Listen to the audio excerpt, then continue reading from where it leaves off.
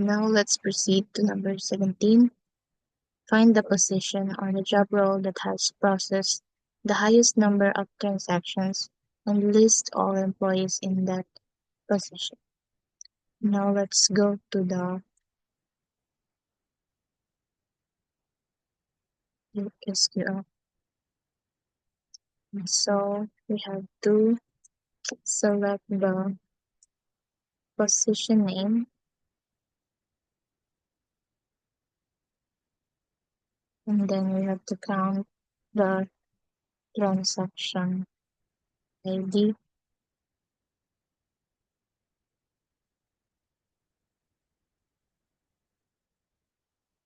the transaction count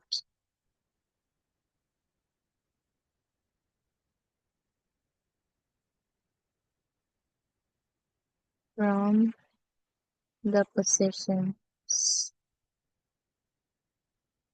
ELS.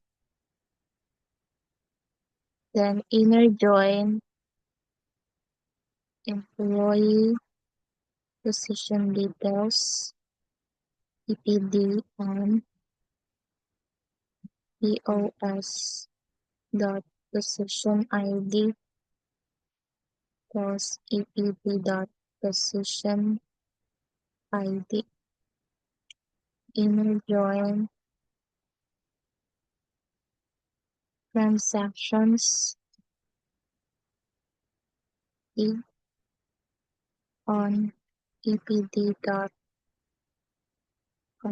employee position details ID plus E dot employee position details ID. Then group by post dot position ID, order by transaction count.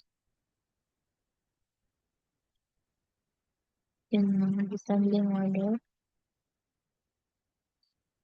limit to 1. Let's try. So here's the position name and then the transaction count, which is 20.